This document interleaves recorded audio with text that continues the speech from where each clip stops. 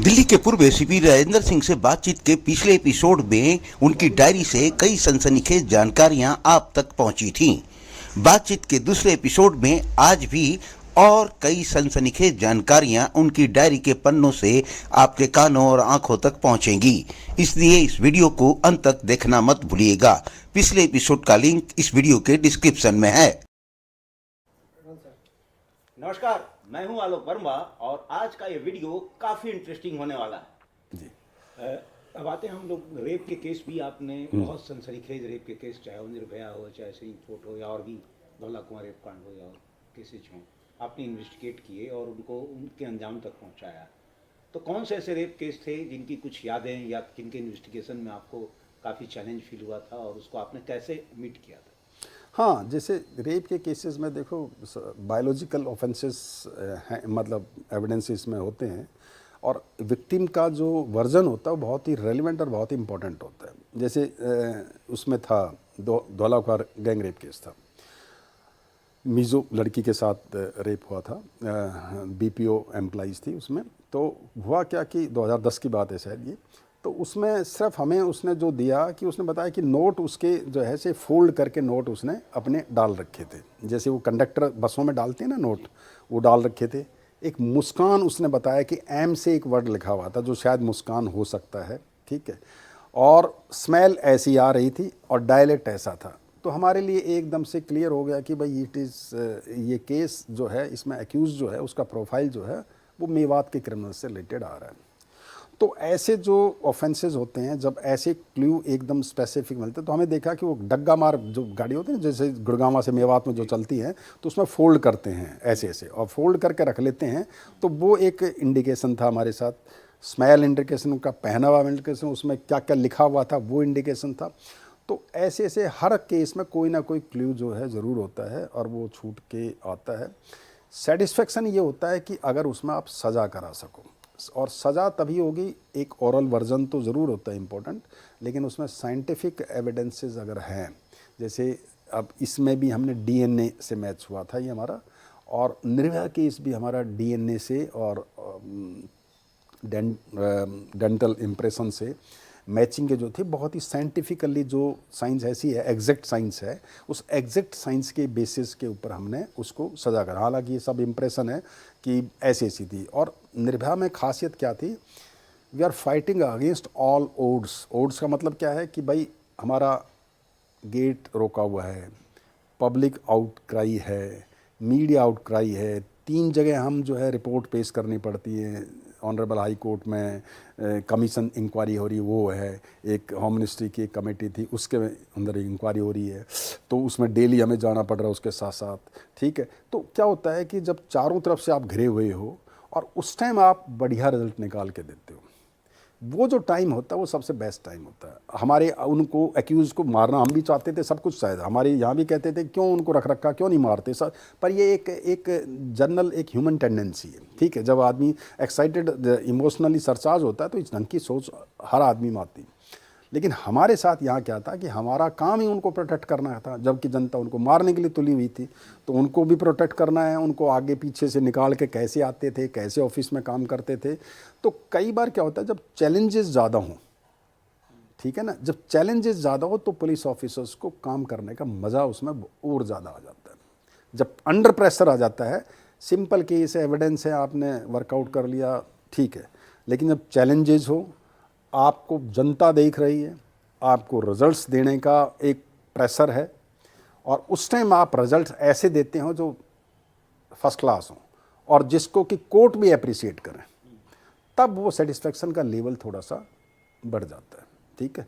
तो वहाँ ये पता लगता है कि यस, उसका मैसेज भी जाता है, आगे भी मैसेज आता है। तो वो एक हमें ज़रूर इसका जो है हमेशा फ़ायदा रहता है। हालांकि एलोबरेट इन्वेस्टिगेशन है, सीरी फोर्ट आज तक का, हालांकि बहुत पहला, सबसे पहला केस था वो, लेकिन मैं समझता हूँ उसमें जितनी एक्सटेंसिव इन्वेस्टिगेशन हुई थी शायद उसके बाद कभी किसी केस में नहीं हुई।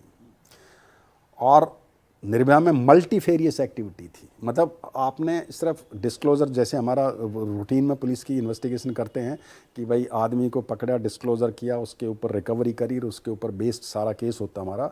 इस केस में मल्टीफेरियस एक्टिविटीज़ से हमने उसको कन्विक्ट कराने की कोशिश करी, तो चारों तरफ उसके ओपन जो है हमने रख के किए। तो इसलिए क्या है कि बायोलॉजिकल जितने भी एविडेंसेस के केसेस थे, हमारा सक्सेस रेट उसमें 100% रहा। ये हमें सेटिस्फेक्शन है कि हम जस्टिस कर पाए, और जो लड़की के साथ या जिस विक्टिम के साथ भी ऐसा हुआ उसके साथ रेपो भी बहुत अच्छा था। हमने किसी भी विक्टिम को ऐसे नहीं छोड़ दिया, जब तक लास्ट मोमेंट तक उस विक्टिम के साथ एक इंटरेक्शन बनाए रखा, जिससे उसका कॉन्फिडेंस बना रहे, जिससे उसका एक सपोर्ट सिस्टम उसके पास मौजूद रहे, जिससे वो इंटरेक्ट कर सके, जिसको बता सके, जिससे डिस्कस कर सके केस को। तो ये भी एक विक्टिम का कॉन्फिडेंस होना भी और अपनी इन्वेस्टिगेशन भी करना, दोनों को साथ साथ चला के रखना भी एक बड़ी इंपॉर्टेंट सी चीज़ है। जी, आपने गैंगस्टरों के खिलाफ काम किया, काफ़ी सफल भी रहे, रेपिस्टों के खिलाफ भी काम किया, रेप का इन्वेस्टिगेशन भी किया। अब आते हैं हमें पेटी क्रिमिनल्स के भी आपने कई मामले पकड़े, जैसे कि मुझे याद आ रहा है योगी दास जो बच्चों को ट्रेनिंग देता था, आज नाबालिग इस देश के सबसे बड़े क्राइम के लिए सबसे बड़े चैलेंज के रूप में सामने आए हैं, और नाबालिगों को आगे रखकर बहुत बड़े बड़े क्राइम कराए जा रहे हैं। आपने उस समय नाबालिगों की ट्रेनिंग देने वाला एक स्कूल पकड़ा था जिसको योगी दास का नाम का एक क्रिमिनल चलाता था। तो क्या अंतर रहा आपको गैंगस्टर, रेपिस्ट और ये पेटी क्रिमिनल्स को पकड़ने में? देखो, समय की डिमांड है आज की डेट में। नार्को टेररिज्म, साइबर टेररिज्म, ठीक है, इंटरनेट जनरेटेड सारा जो है क्राइम, वाइट कॉलर क्राइम, ठीक है, ट्रैफिकिंग, बहुत बड़ा बड़ा क्राइम्स अब आ चुका है, एक्सटॉर्शंस वगैरह, गैंग्स वगैरह बहुत ज़्यादा। लेकिन हमारे टाइम में गैंग वार बड़े सेलेक्टेड गैंग्स होते थे, बड़े लिमिटेड गैंग्स होते थे, माफिया, डॉन्स या बहुत ही लिमिटेड होते थे। लेकिन पेटी क्राइम जो है वो बहुत ही ज़्यादा स्टेज पे था। कि जैसे मैं अगर आपको बताऊं कि जैसे पिक पॉकेटिंग के गैंग, जिससे सबसे ज़्यादा दुनिया दुखी रहती थी। आदमी लाता तो पैसे कम होते थे, सैलरी कम रहती थी, तो जो सैलरी में अगर आपका पर्स जो है पहले 1 से 10 तारीख के बीच में वो इतना एक्टिव हो जाते थे गैंग बसों में, क्योंकि अब तो हर एक आदमी के पास अपनी गाड़ियाँ हैं, लेकिन उस टाइम बस ही एक सबसे बड़ी सवारी थी, तो बस में घूमते थे। और मिडिल क्लास के ऊपर सबसे ज़्यादा इम्पैक्ट होता था उनका, जो अपने पिक पॉकेट्स गैंग्स होते थे।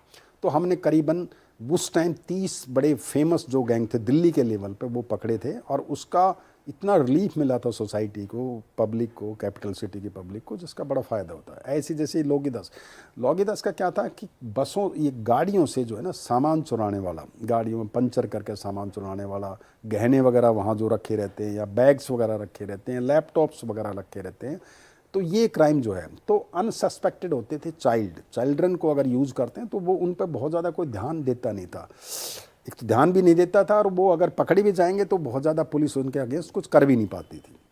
तो आज की डेट में नए एक्ट में तो 95 हमारा BNS आ गया है, उसमें जो बच्चों को यूज़ करते हैं, जो हायर करेंगे और उनको अंगेज करेंगे किसी क्रिमिनल एक्टिविटीज़ में, तो उनके लिए सज़ा का प्रावधान है अब तो।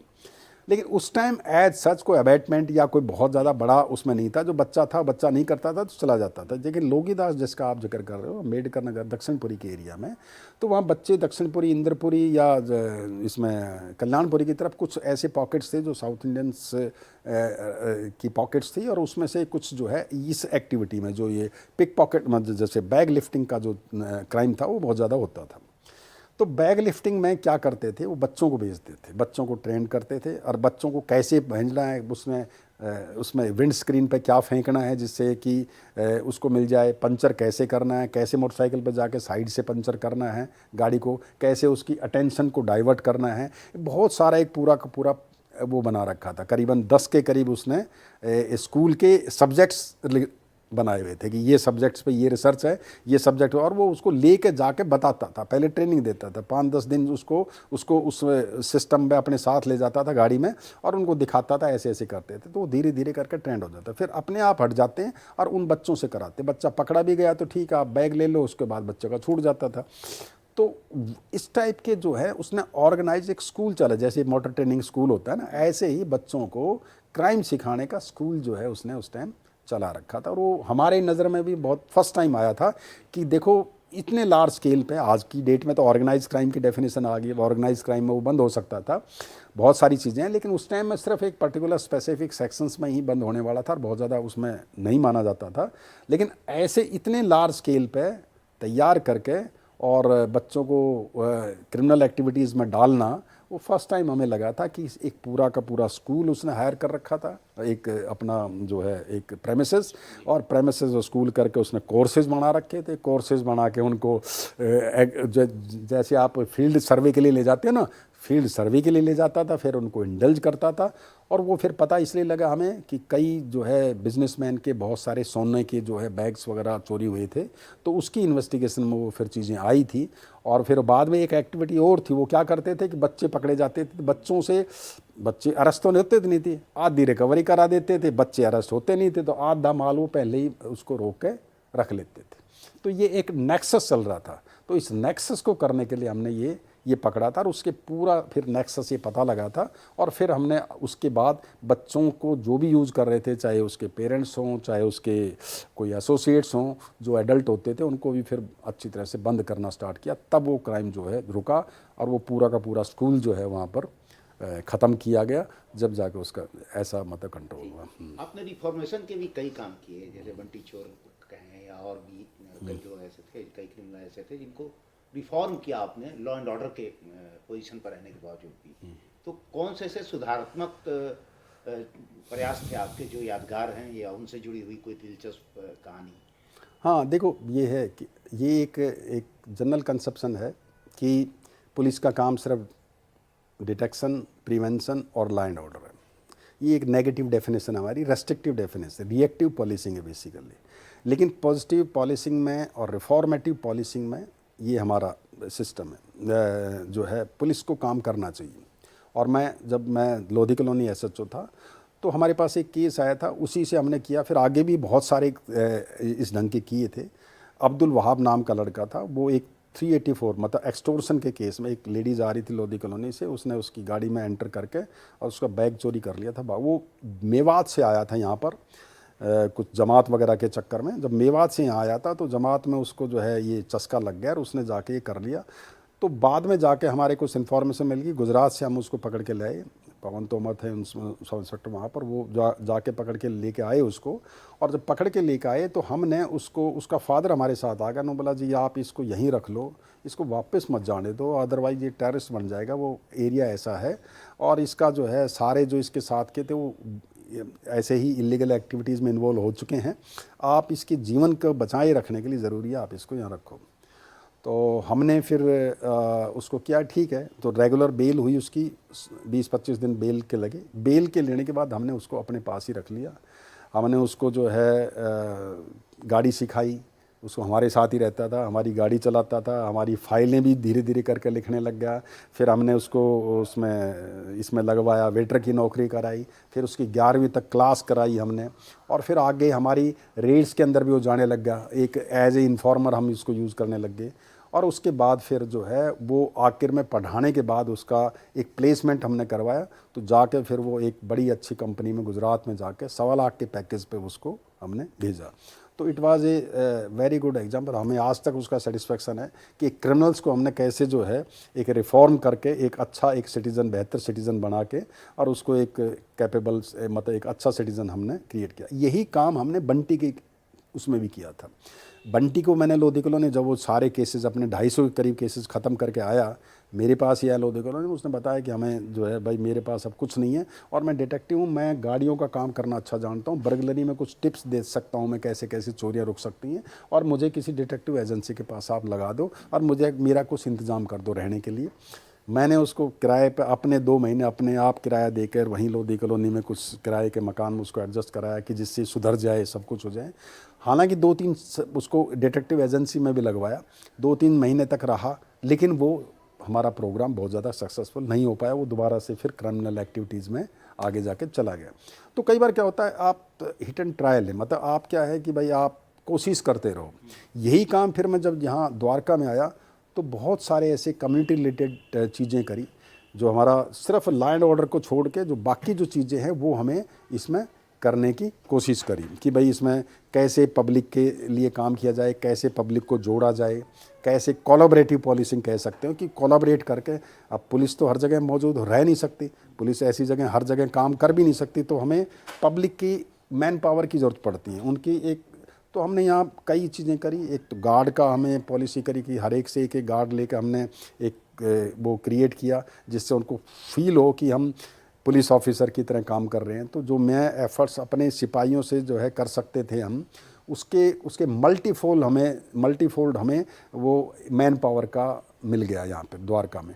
और ऐसे ही इंटरेक्टिव पॉलिसिंग, जैसे हम व्हाट्सएप पे सभी से शामिल हो गए, तो एक सिपाही अगर एक सिटीजन कुछ भी लिखता है कि यहाँ प्रॉब्लम हो रही है और उसमें एसएचओ एसीपी जवाब देने लग जाते हैं, तो उसको फील होता है कि भाई पुलिस हमारी बहुत ही रेस्पॉन्डिंग है। तो एक रेस्पॉन्डिंग पॉलिसिंग, एक कोलैबोरेटिव पॉलिसिंग, एक रिफॉर्मेटिव पॉलिसिंग, ये भी पुलिस के काम है। आप पुलिस सिर्फ प्रिवेंशन, डिटेक्शंस और लॉ एंड ऑर्डर तक सीमित नहीं है। ये सोशल चेंज और सोशल डिफेंस का भी काम पुलिस के पास अब आ गया है, ठीक है ना। डेमोक्रेटिक सोसाइटी में ये भी जरूरी, और ये चीज़ अब हमारे पार्ट पे आ रही है धीरे धीरे, क्योंकि सोसाइटी में जो सुधार होगा तो अल्टीमेटली पुलिस को ही उसका बेनिफिट मिलेगा। उससे उसके केस कम होंगे, क्राइम भी कम होगा, उसका इनडायरेक्टली और डायरेक्टली इम्पैक्ट होता है। तो ये एक था। तो रिफॉर्मेंट्स में हमने और भी कई हैं केसेस जो छोटे मोटे थे जो हम पकड़ के लाते थे, तो कई बार उनको नॉन कॉजियल ऑफेंसेस होते थे तो उनको छोड़ जाते थे, और कईयों ने जो क्राइम छोड़ दिया था उनको इन्फॉर्मर में टर्न करके हमने उनको मेन जो धारा थी इसकी क्राइम की उससे अलग हटा दिया था, जिससे वो इन्फॉर्मर की तरह हम उसको यूज़ करने लग गए थे। जैसा कि आपने बताया, और जो मैं जहाँ तक मैं आपको जानता हूँ, आपने दोनों तरह के सिचुएशन में काम किया। एक समय ऐसा था जब केवल ह्यूमन इंटेलिजेंस ही इंफॉर्मेशन का सहारा होती थी, और एक समय ऐसा है जब केवल टेक्नोलॉजी ही इन्वेस्टिगेशन के लिए सबसे बड़ा बेस था। दोनों में कौन सा चैलेंजिंग था या कौन सा आसान था, और क्या अंतर पाते हैं या कुछ इससे जुड़ी हुई याद?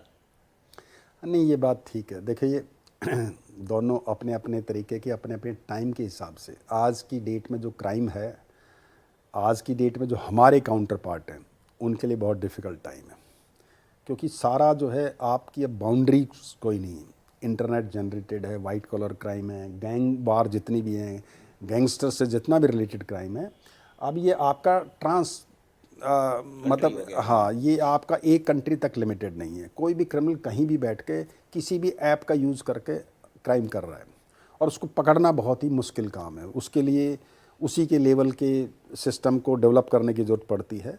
तो आज की डेट में मैं कहूँ कि हमारे जो काउंटर पार्ट जो हैं वो ज़्यादा डिफ़िकल्ट सिचुएशंस में है, उनको ज़्यादा मेहनत करनी पड़ेगी, क्योंकि एक तो जो आपका जो इन्फॉर्मर सिस्टम है वो बहुत ज़्यादा कंट्रीब्यूट नहीं कर रहा है, वो फेल हो चुका है ऑलमोस्ट। अगर मैं ये कहूँ फेल हो चुका है, या तो बहुत हायर स्केल पे उसका यूज़ कर सकते हैं, नहीं छोटे लेवल पे, जो हमारे टाइम में छोटे लेवल पे होता था वो अब के टाइम में नहीं।